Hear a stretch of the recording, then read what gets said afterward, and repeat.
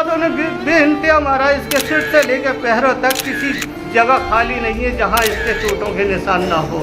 मारने की पूरी साजिश करी है इन लोगों ने। डॉक्टर को दिखाएंगे, परवेश भैया आने नहीं दे रहे थे और जो मेरे घर से वो ये कह रहे जनाजा लेके जाओगे, यहाँ से ऐसे नहीं ले जाने दो। सोनी हुई गोद, उजड़ गया संसार, न्याय की भीख मांग रही सोभी। हाथरस में दहेज की आग में झुलसी एक और मासूम जिंदगी। कब तक चुप रहेगा प्रशासन? दरिंदे खुलेआम पीड़िता बेहाल। नमस्कार, मैं हूं मोहम्मद सलमान और आप देख रहे हैं सलाम इंडिया 24। आज हम आपको हाथरस की एक ऐसी घटना से रूबरू कराने जा रहे हैं जिसे सुनकर किसी भी इंसान की रूह कांप उठेगी। जी हाँ, कहानी ये है 5 महीने की गर्भवती सोभी की, जिसके सपने शादी के चंद महीनों बाद ही नरक में बदल गए।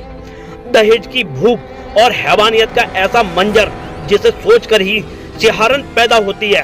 सोभी का आरोप है कि उसके पति, सास और देवर ने उसे न केवल बेल्टों से पीटा बल्कि उसके साथ बर्बरता की सारी हदें पार कर दी। 5 महीने की गर्भवती जो अपनी जान बचाने के लिए गिड़गिड़ाती रही, उसे इन दरिंदों ने अधमरा कर दिया।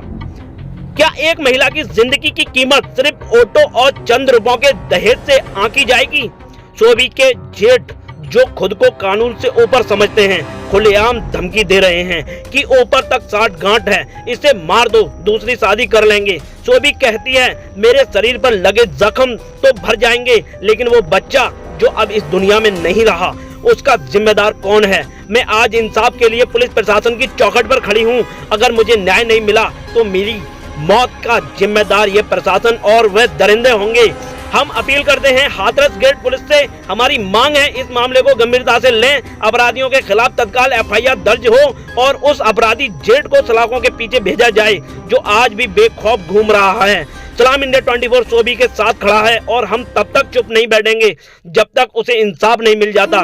जागिए हाथरस, जागिए, अपनी बहन और बेटी की सुरक्षा के लिए आवाज उठाइए। जय हिंद, जय भारत। जुड़े रहिए सलाम इंडिया 24 के साथ। आदाब दोस्तों, मैं हूं मोहम्मद सलमान और आप देख रहे हैं सलाम इंडिया 24। मैं इस टाइम मौजूद हूं जनपद हाथरस के एसपी कार्यालय पर। आप देख पा रहे हैं यहाँ पर फिर से दोबारा से एक वही प्रकरण, एक बेटी के मामले को लेकर मैं यहाँ पर उपस्थित हुआ हूँ। आप देख सकते हैं ये भावुक पल, ये भावुक लम्हा एक बेटी के साथ किस तरीके से दरिंदों ने दरिंदगी की है। इस हद तक दरिंदगी की है कि हम कैमरे के सामने बता भी नहीं सकते किस तरीके का उसका हाल है। मरण की अवस्था में इसको छोड़ दिया गया। किस तरीके से देखो, परिवार एक यहाँ पर परेशानी के आलम में। एसपी साहब से मुलाकात हुई है, देखते हैं किस तरीके की कार्रवाई होगी। क्या थाना हाथरस गेट में मुकदमा दर्ज होगा, किस तरीके से उन दरिंदों को जेल भेजा जाएगा, पूरी सारी चीजें मैं आपको अपने कैमरे के माध्यम से बताऊंगा। उससे पहले मैं मिलूंगा बेटी के बाप से, किस तरीके का मामला रहा है। जी, क्या नाम है आपका?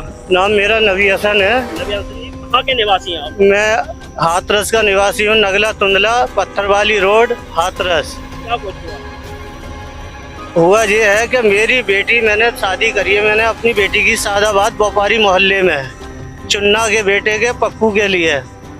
उस पप्पू ने मेरी बेटी के साथ वो हाल किया है। जब से मैंने शादी किया, आज दिन वो टॉर्चर करता रहता। मैंने कि बेटा कोई बात ना है, ऐसा होता है, नजरअंदाज कर जाना। कितने महीने हो गए शादी को 8 महीने हुए बस। किस तरीके की, कहाँ चोट है? इसके सर से लेकर पैरों तक हर जगह चोट है और ऐसी जगह चोट है, मैं बता नहीं सकता हूँ। एक बाप हूँ। अब आप देख सकते हैं एक बाप की पीड़ा किस तरीके से। यहाँ पर आंसुओं के साथ में एसपी साहब से मुलाकात करिए। अब इस बाप की पीड़ा देखिएगा, माननीय योगी आदित्यनाथ जी, देखिएगा एक बाप किस तरीके से अपनी बेटी के लिए तिनका जोड़कर किस तरीके से इकट्ठा करता है और उस बेटी को इस तरीके के आज आग में झुलसते हुए किस तरीके से देखेगा, हर किसी का दिल फट जाएगा ये वारदात देखते हुए कि एक बेटी के लिए किस तरीके से उसने पूरी जिंदगी, जीवन की जमा पूंजी जमा कर तिनका एक बेटी के लिए जोड़ा। आज उसको दरिंदों ने किस तरीके से नोच के डाल दिया है। बेटी बोलने की अवस्था में नहीं है। आज पुलिस अधीक्षक कार्यालय में एसपी साहब से मुलाकात हुई है, उन्होंने कार्रवाई का आश्वासन दिया है। मेरे साथ मौजूद हैं बेटी के भाई जी, क्या नाम है? जीशान, आपने मुलाकात करी, वहाँ पर क्या हुआ था, किस तरीके से, कौन सी अवस्था में बेटी को लेकर आए? जिस वक्त हम घूमने के इरादे से गए हुए थे, मैं और मेरा बहनोई छोटे वाले, तो हम वहाँ पे पहुँचने के देखा तो इसके मुंह से कपड़ा बंधा हुआ था और खूनों में लथबथ में हमें बेहोशी की हालत में मिली थी ये। तो हमने गुस्से नशे में वहाँ से हम अपनी बहन को लेके चले आए। तो हमें धमकी भी दी गई है, अगर तुमने रिपोर्ट करी तो आपको मारने की हमें खूब धमकी दे रहे हैं वो लोग। साहब देख लीजिएगा कहाँ है बेटियां हमारी इस देश में सुरक्षित, किस तरीके का हमारे यहाँ पर कानून व्यवस्था है। आज दरिंदे खुलेआम घूम रहे हैं, एक बेटी की इज्जत आबरू दाव पर लगी हुई है। एक बेटी का देखिएगा जिस्म जगह जगह से देखिएगा नोच डाला है उन दरिंदों ने, उसके देखिएगा एक बेटी को सजा, शादी की सजा क्या मिलती है। देखिएगा 8 महीने इसकी शादी को हुए हैं, वो बाप यहाँ पर कैमरे के सामने गिड़गिड़ा रहा है कि मेरी बेटी को इंसाफ दीजिएगा। जी आप देख रहे हैं यहाँ पर, अब मैं थोड़ा जानूंगा, अगर बोलने की अवस्था में होंगी तो बात करेंगे, कुछ बात करेंगे। जी क्या नाम है आपका? सोभी, क्या घटना हुई थी आपके साथ में? ये कब की घटना है, क्या कुछ हुआ? कल 10:30-11 बजे की रात की बात है। हाँ, घर में कौन कौन मौजूद था? घर में सास, देवर और ये मेरे घर से जो बाकी है, के सब लोग कहाँ गए थे? बाकी सब लोग शादी में गए हुए थे। शादी में गए थे। क्या प्लान बनाया था उन्होंने, किस तरीके का? ये मेरे देवर की मुझ पे बहुत टाइम से गलत नजर थी, वो तो मौका ही देख रहे थे कि कैसे भी मैं अकेली मिलूं। मेरी सास ने कह दिया कि ऐसा है, इसे मार दे तू, तो वो हुक्म दे के नीचे उतर कर चली गई। घर में सिर्फ दोनों भाइयों को अकेला मेरे पास छोड़ गई। पहले देवर ने अपनी हैवानियत दिखाई मेरे साथ में, फिर मेरे आदमी ने मुझे माजरजात नंगी करके मेरे साथ बेल्टों से वो मार मारी, मेरे मुंह को बांध के, मेरे पेट में बच्चा है, मेरे बच्चे में धड़कन तलक नहीं है। मैं कहती रही कि मेरा बच्चा मर जाएगा, मुझे छोड़ दो, मुझे खोल दो, पर ना माने वो। देखिएगा मेरे पास शब्द नहीं है इस घटनाक्रम को देखते हुए। यहाँ पर इस तरीके की दरिंदगी, एक बेटी तड़पती रही, चीखती रही, चिल्लाती रही, लेकिन उन दरिंदों ने जरा भी इस बेटी के मासूमियत पर रहम नहीं खाया। ये 8 महीने इसकी शादी को हुए, घर बसाने चली थी, लेकिन उन दरिंदों ने इसकी जिंदगी को नरक बना दिया। आप देख रहे हैं बेटी की माँ मेरे साथ मौजूद है, थोड़ा जानेंगे। जी क्या घटना हुई आपकी बेटी के साथ? ये क्या घटना हुई आपकी बेटी के साथ? अरे कहने में भी तो शर्म आ रही है भैया, मैं इतनी बुरा हाल करके भेजी हूँ लड़की के साथ। क्या कुछ हुआ है, क्या कहना चाहोगी प्रशासन से? इंसाफ मांग रही, उन लोगों को जेल की सलाहों के पीछे डालना चाह रही।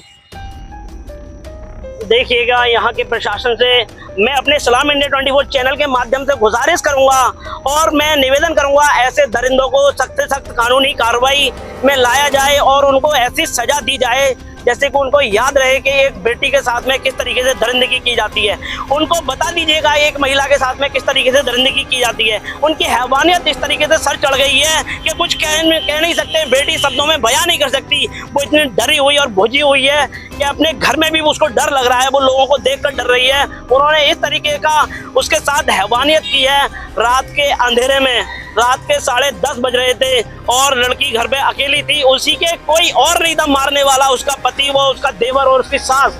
किस तरीके से षड्यंत्र के तहत उसको मौत के घाट उतारने का प्री प्लानिंग रचा गया। सब लोग शादी में गए और शादी में जाने के बाद में पीछा मौका देखकर गेट चारों तरफ से गेट बंद किए गए और लड़की को हैवानियत के साथ में शिकार बनाया गया और उसको मारने का पूरा प्री प्लानिंग था। वो तो किसी तरीके से अपनी जान बचा पाई। और देखिएगा आज उसका भाई जिस तरीके से जद्दोजहद के साथ में यहाँ पर हाथरस में उसको लड़की को लेके आया है, एसपी साहब से मुलाकात करी है, थाना हाथरसगढ़ के निर्देशित किया है। देखते हैं किस तरीके की कार्रवाई पुलिस अमल में लाती है, क्या उन दरिंदों को वो सजा मिलेगी जो आज ये बेटी भुगत रही है। देखिएगा चलने में असमर्थ है, कहाँ से इसके साथ में ब्रीडिंग हो रही है, कुछ कहा नहीं जा सकता। यहाँ के शासन प्रशासन से कहना चाहूंगा कि इस बेटी की थोड़ी इज्जत आबरू की सलामती के लिए इसको नई जिंदगी दी जाए और इसको जीने से फिर से एक नया मौका दिया जाए और उन दरिंदों को उस जेल की सलाखों के पीछे डाला जाए जिन्होंने आज इसके साथ हैवानियत की है। मेरा गला सूख रहा है, मैं इस लम्हे को देखकर कुछ मायूस हूँ, मेरे पास शब्द नहीं है ये कहने के लिए। बाकी का आप देख पा रहे हैं। सलाम इंडिया 24 के साथ मोहम्मद सलमान।